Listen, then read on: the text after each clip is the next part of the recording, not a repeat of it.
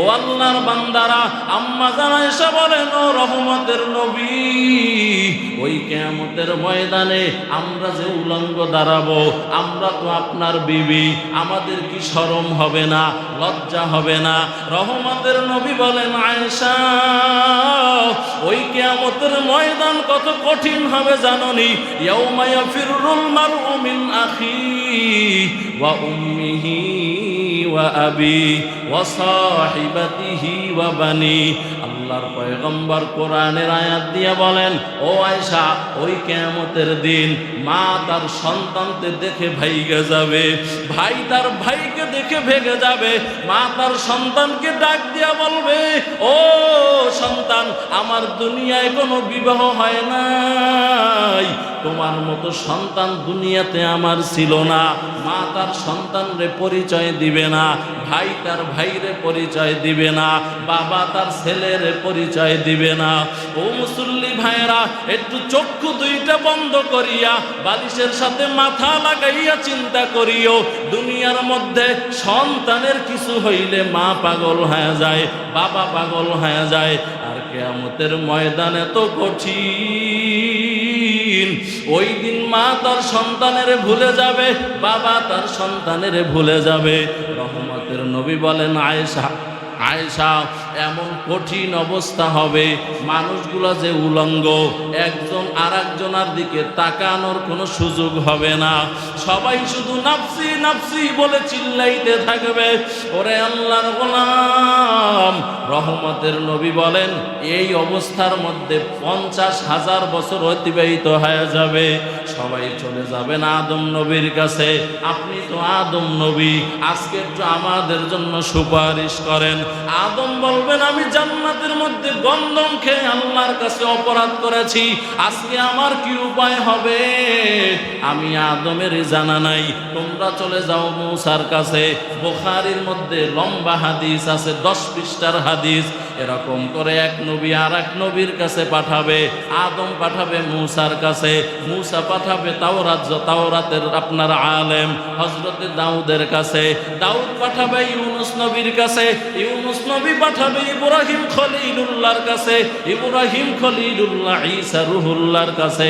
এরকম যাইতে যাইতে সর্বশেষ আপনার আমার নবী, রহমতের নবী, ওই নবী মাকামে মাহমুদ সিজদায় পড়ে পড়ে কাঁদতে থাকবেন আর বলবেন, আল্লাহ, আমার একটা উম্মত যাতে জাহান্নামে না যায়।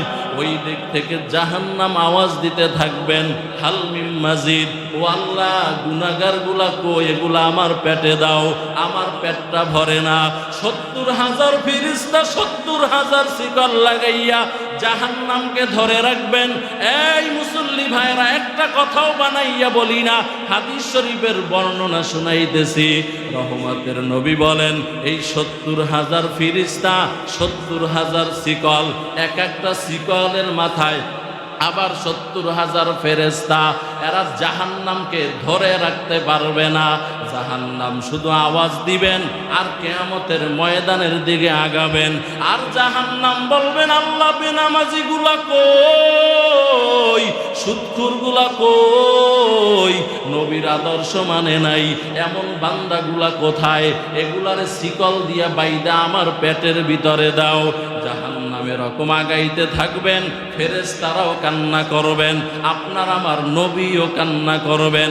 এক পর্যায়ে আমার আল্লাহ তাআলা এক বেলা পানি দিয়া দিবেন, এই ফেরেশতা, এই পানিটা জাহান্নামের গায়ে ছিটায় দাও। ছিটায় দেওয়া মাত্র জাহান্নাম পিছনে চলে যাবেন। আমার আল্লাহ তাআলাকে ফেরেশতা বলবেন, ও আল্লাহ, এটা এমন কি পানি দিলা যেই পানির বরকতে জাহান্নাম পিছনে চলে গেল?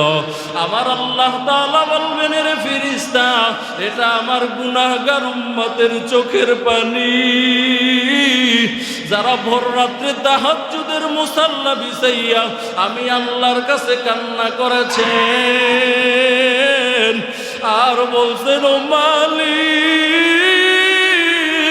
আপনার কত কত নেয়ামত ভোগ করার পর আপনার কদমে সিজদা দেই নাই। ও ও আল্লাহ, আপনার কত কত নেয়ামত ভোগ করার পর আপনার হুকুম মানি নাই।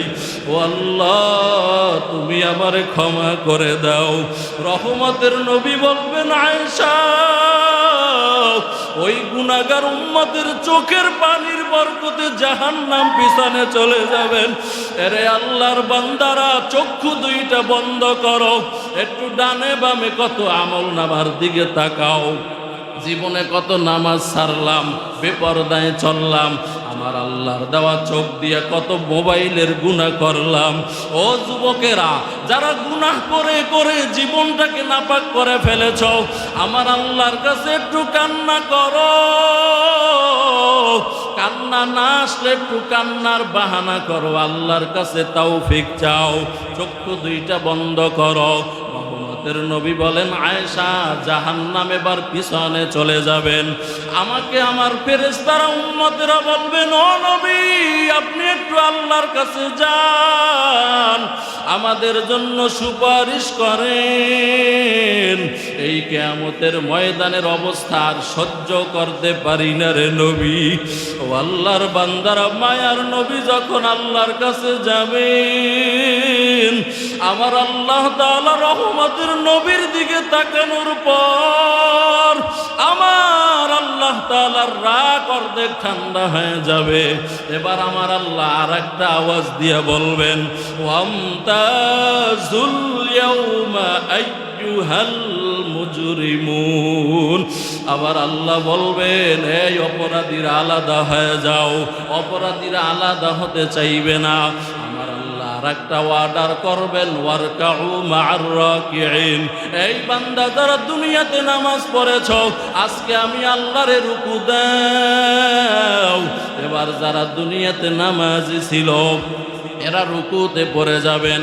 এরা রুকুতে যাওয়ার পরে যারা দুনিয়াতে নামাজ পড়ে নাই, আল্লাহরে মানে নাই, জবান দিয়ে আল্লাহর জিকির করে নাই, চোখের হেফাজত করে নাই, লজ্জাস্থানের হেফাজত করে নাই, ওই বান্দাগুলা দাঁড়াইয়া থাকবে, তাদের কোমর আল্লাহ শক্ত করে দিবেন।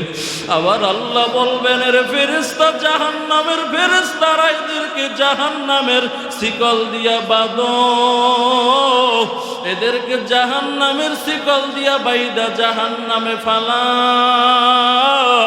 এবার ওই দাঁড়ানো বান্দাগুলা বলবেন, মালিক, আমাদেরকে কেন জাহান্নামে ফালাইয়া দিতেছেন? আমার আল্লাহ বলবেন, তাইলে তো আর একটু দেখানো দরকার, ওর আমল নামার কি অবস্থা। আমার আল্লাহ বলবেন, এই ফেরেশতা, আবার আমল নামাটা ওর হাতে দাও। আবার আল্লাহ বলবেন, ফেরেশতা, ওর আমল নামাটা সোজা হাতে দেওয়া হবে না, ওর বুকের ভিতর থেকে চিত্র বানাইয়া হাতটারে পিছনে দিয়া দাও। ও আল্লাহর বান্দারা, বাম হাতটাকে বুকের ভিতর থেকে ছিদ্র বানাইয়া পিছনে নিয়ে যাবেন। আল্লাহর বান্দারা এবার আমল নামা বাম হাতে দিবেন। এবার ওই বান্দাকে ফেরেশতা, নাফরমান পর দুনিয়ার মধ্যে কত গুনাহ করে করে জীবনটারে কাটাইছো, এই নাফরমান পর কেন আল্লাহ তোরে জাহান্নামে দিয়ে দিল? আল্লাহর বান্দারা, ফেরেশতা বলবেন, আল্লাহ, আমল নামা পিছনে, মাথা সামনে, কেমনে দেখবে? আবার আল্লাহ রাগান্বিত হইয়া বলবেন, ও ফেরেশতা, নাফরমানের ঘাড়টা ধইরা মুসুর দিয়া পিছনে ফিরাইয়া দাও। এবার ফেরেশতা ঘাড়টা মুসর দিয়া পিছনে ফিরে দিবে। বান্দা তাকাইয়া দেখবে কোন দিন কি গুনাহ করেছে। এবার বান্দা বলবে, মালি হাজাল কিতাব লা ইউগাদিরু সাগীরাতাও ওয়ালা কাবীরাতান ইল্লা আহসাহা ওয়া ওয়াজাদু মা আমিলু হাযিরা। বান্দা তাকাইয়া তাকাইয়া দেখবে 3 তারিখ দেওয়া সহ সব আমলনামা লেখা আছে। এবার বান্দা চোখের পানি ছেড়ে ছেড়ে কাঁদবেন আর বলবেন, আল্লাহ, আপনি মাফ না করলে আর ক্ষমা নাই। এবার বান্দা চিল্লাবে, কাঁদবে আর বলবে, আল্লাহ, আর একটাবার সুযোগ দাও, দুনিয়াতে যাইতে চাই। ও মুসল্লি ভাইরা, কিয়ামতের কথা শোনার পরেও কবরের কথা শোনার পরেও, জাহান্নামের কথা শোনার পরেও যার চোখে পানি আসে না, বুঝবা তোমার কপাল বড় খারাপ, তোমার দিলটা বড় শক্ত, তোমার চোখে কেন পানি নাই? যেই নবীর গুনাহ নাই, ওই নবী চিল্লাইয়া চিল্লাইয়া কিয়ামতের ময়দানের কথা মনে করে করে কাঁদেন। আর তোমার আমার দিল এত কেন শক্ত হয়ে গেল? একটু আল্লাহর কাছে চোখের পানি ছাড়ো। কান্না না আসলে ডানে বামে তাকাইয়া দেখো কার চোখের কর্নারে পানি, তার দিকে হাতটা বাড়াইয়া দোয়া চাও, শরম করিও না। কারণ আজকে যদি শরম কইরা না কাঁদো, এমন একদিন আসবে কাঁদতে কাঁদতে চোখের পানি শেষ হয়ে যাবে, এবার রক্তের বন্যা আরম্ভ হয়ে যাবে চোখের ভিতর। ও আল্লাহর বান্দারা, কোরআনকে মিথ্যা মনে করিও না, হাদিসকে মিথ্যা মনে করিও না। জুমার বয়ান থেকে তওবা করে নাও, আর নামাজ ছাড়বা না, বেপরদায় চলবা না। ও যুবকেরা, যারা দাড়ি কামাইয়া রহমাতুল লিল আলামিনকে কষ্ট দাও, আর দাড়ি কামাইয়া নবীর কলিজায় বেলেট লাগাবা না। মা বাবার খেদমত করবা, গুনাহ মুক্ত জীবন যাপন করবা।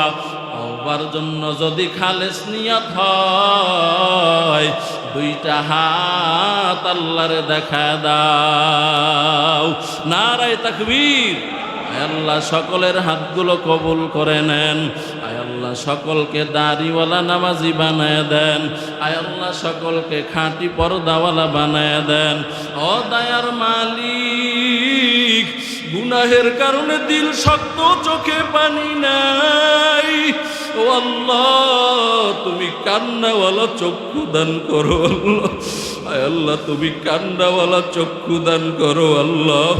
আল্লাহ, জাহান্নামের ভয় কলিজায় দান করো, গুনাহ মুক্ত জিন্দেগি দান করো, নেক আমলওয়ালা জিন্দেগি দান করো, মায়ার নবীর আদর্শওয়ালা জীবন দান করো।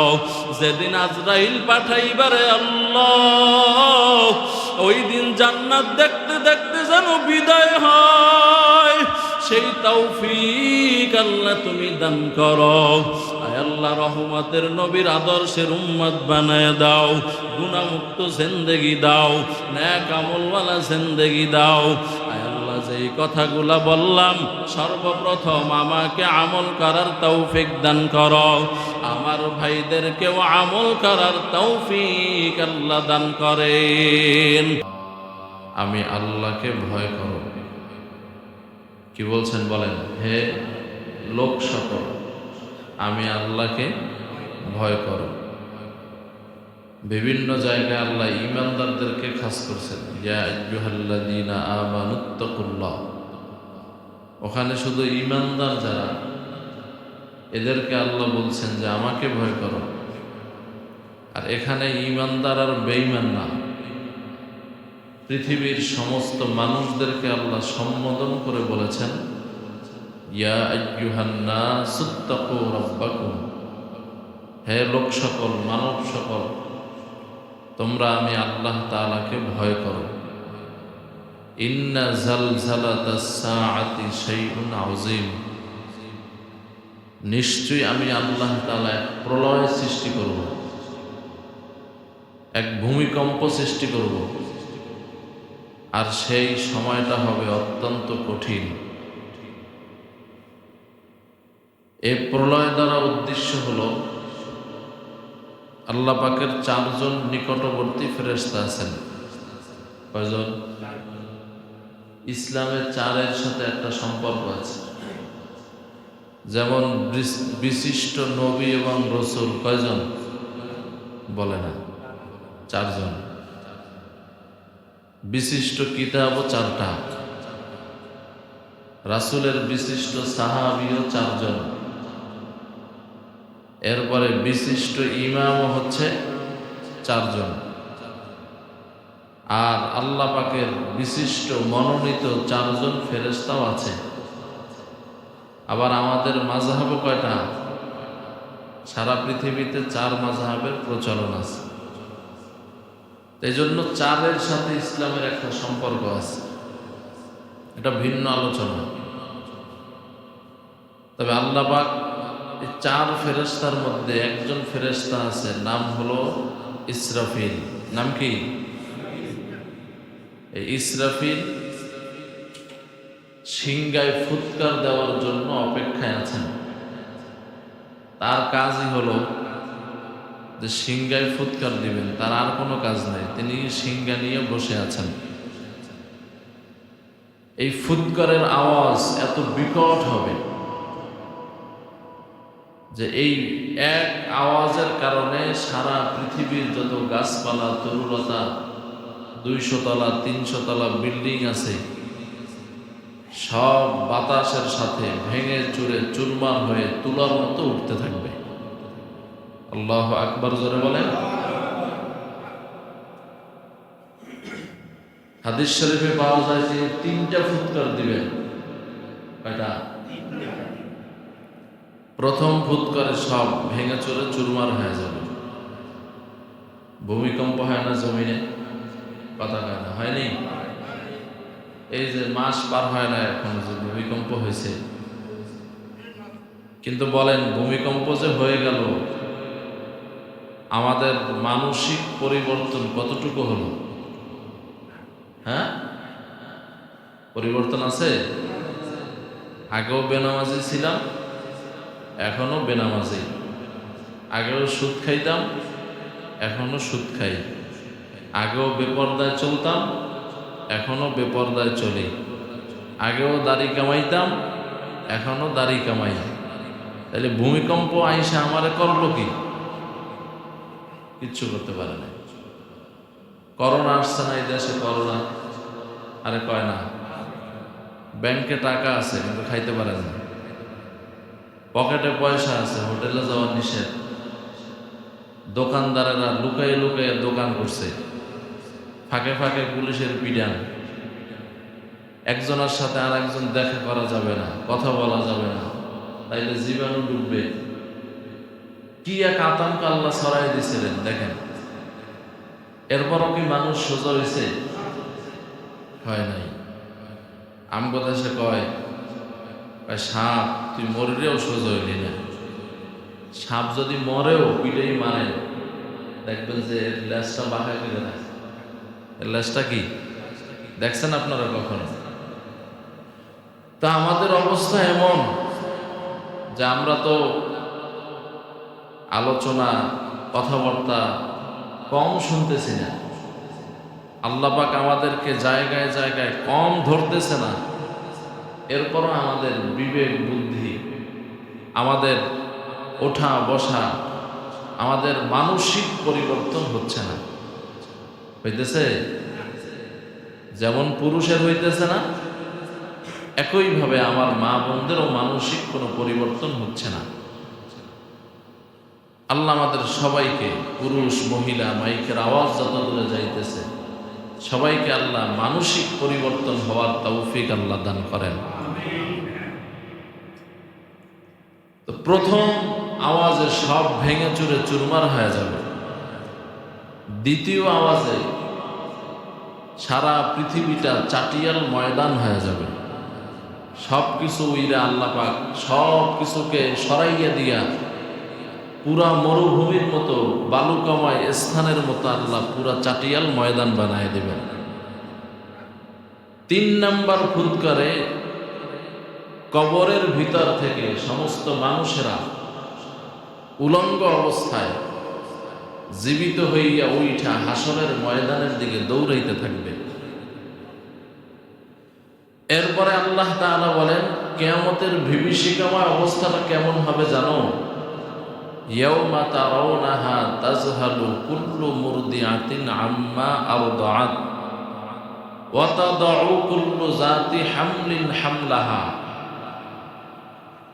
বলে সন্তান তার মাকে দুগ্ধ পান করাবেন, সন্তানকে তার মা দুগ্ধ পান করাবেন।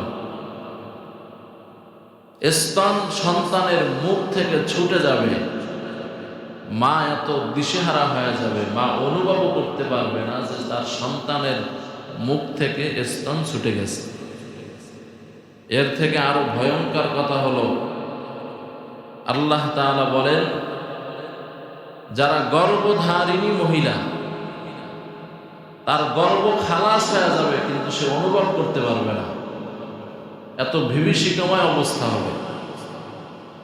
আর মানুষ যেমন মাতাল হইলে পরে, মদ খাইলে, গাঞ্জা সেবন করলে যেমন নেশাগ্রস্ত হয়ে হেলতে আর ধুলতে থাকে, সমস্ত মানুষগুলো এরকম আল্লাহ পাকের এই বিভীষিকাময় অবস্থার সৃষ্টি হওয়ার কারণে নেশাগ্রস্তদের মতো দিক বেদিক ছোটাছুটি করতে থাকবে। আল্লাহ তাআলা কোরআনুল কারীমে বলেন, ইয়াউমা তারাউনাহা তাযহালু কুল্লু মুরদিআতিন আম্মা আওদাআত ওয়া তাদউ কুল্লু যাতি হামলিন হামলাহা ওয়া তারান নাসা সুকারা ওয়া মা হুম বিসুকারা। আল্লাহ জিজ্ঞাসা করবেন, এই এরা কি নেশা খাইছে? ফেরেশতারা বলবেন, ওয়া মা হুম বিসুকারা, এরা নেশা খায় নাই। তাহলে এরকম করে কেন? বলবে, ওয়ালাকিন্না আযাবাল্লাহি শাদীদ, আল্লাহ পাকের আযাবের ভয়ে এরা এরকম দিক বেদিক ছোটাছুটি করতেছে। এজন্য কিয়ামতের দিন বড় কঠিন। কিয়ামতের দিন কি বড়ই কঠিন। কোরআনুল কারীমের 30 পারায় কয়েকটা সূরার মধ্যে আল্লাহ কিয়ামতের আলামত, অবস্থাটা বর্ণনা করছেন। কোরআনুল কারীমের এক সূরায় আল্লাহ বলেন, ইযাশ শামসু কুবিরাত ওয়া ইযান নুজুমু কাদারাত ওয়া ইযাল জিবালু সুয়িরাত ওয়া ইযাল ইশারু উত্তিলাত ওয়া ইযাল উহুশু হুশিরাত ওয়া ইযাল বিহারু সুজ্জিরাত ওয়া ইযান নুফুসু যুওয়াজাত ওয়া ইযাল মাউউদাতু সুইলাত বিআইয়ি যাবিন কুতিলাত। আয়াতের প্রত্যেকটার ব্যাখ্যা করার সময় আমার হাতে নাই, তবে আমার আল্লাহ বলেন, ইজা শামসু কুবিরাত, যেদিন দেখবা এত বড় সূর্য, এই সূর্যটা যেদিন ফেটে ফেটে জমিনে পড়ে যাবে খণ্ড আর বিখণ্ড হয়ে। কেমন ফুৎকরের বিকট আওয়াজ, কত কঠিন। আমার আল্লাহ বলেন, এই সূর্যটা এত বড় সূর্য। বলে, সূর্য কত বড়? সূর্যটা পৃথিবীর থেকে 13 লক্ষ গুণ বড় হলো সূর্য। সুবহানাল্লাহ। পৃথিবী যত বড়, এক কথায় এর থেকে আরো বেশি বড় হলো সূর্য। এই সূর্য যদি পৃথিবীর মধ্যে পড়ে, বিজ্ঞানীরা বলেন পৃথিবীটা ঢাকনা দিয়া যেমন পাতিল ঢাকা হয়, বলে সূর্য পৃথিবীর উপরে আস্থা পড়লে সারা পৃথিবী ঢাকনার মতো ঢেকে যাবে, এত বড় সূর্য।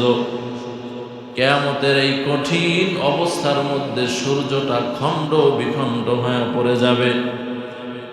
ওয়া ইযান নুজুমু কাদারাত, তারকারাজিগুলা খসে খসে পড়ে যাবে কিয়ামতের অবস্থার কারণে।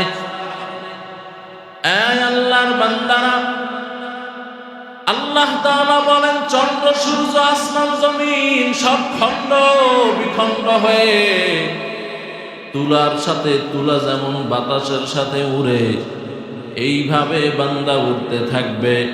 আমার আল্লাহ তাআলা ওই সময় ইজা জুলজিলাতিল আরদু জিলজালাহা ওয়া আখরাজাতিল আরদু আসকালাহা ওয়া ক্বালাল ইনসানু মা লাহা। এই যে কিয়ামতের এক বিভীষিকাময় অবস্থা, মানুষগুলা সবাই উলঙ্গ কবরের ভিতর থেকে দাঁড়াইয়া, কিতাবের মধ্যে আসছে এই জমিনের মধ্যে একটা জায়গা আছে এখন সিরিয়া, আসেনি? এই সিরিয়ার জমিনটা হবে বিচারালয়, আদালত। ওই জমিনের মধ্যে আমার আল্লাহ চেয়ার দিয়া বসবেন বিচার করার জন্য। ও আল্লাহর গোলাম, ওই দিন ভেগে যাওয়ার কোনো সুযোগ নাই। আছে নিজরে বলেন, সব মানুষ দাঁড়ায় যাবে, শুধু মানুষ দাঁড়াবে না, যত মাখলুকাত আল্লাহ বানাইছেন সব দাঁড়াবে। কারণ একটা মাখলুক আর একটা মাখলুকের উপরে জুলুম করলে ওটারও বিচার হবে। ওটা বিচার হওয়ার পরে এটা চলে যাবে মাখলুকদেরকে আল্লাহ আবার মেরে ফেলে দিবেন, শুধু মানুষ আর জিন ছাড়া। তবে মাখলুকের মধ্যে কিছু বিশিষ্ট মাখলুক আছে যারা পশু হওয়ার পরেও, গাছ হওয়ার পরেও, মাছ হওয়ার পরেও তারা জান্নাতে যাবে। সুবহানাল্লাহ, জোরে পড়েন। ইউনুস নবীরে যেই মাছটা খেয়ে ফেলেছে, ওই মাছটা সাধারণ কোনো মাছ না, ওই মাছটা জান্নাতের মেহমান হবে। নবীর সাথে তার সম্পর্ক থাকার কারণে সালেহ আলাইহিস সালামের উটনি, ওই উটনিটাও জান্নাতে যাবে নবীর সাথে সম্পর্ক থাকার কারণে। সুবহানাল্লাহ, আসতে বলেন।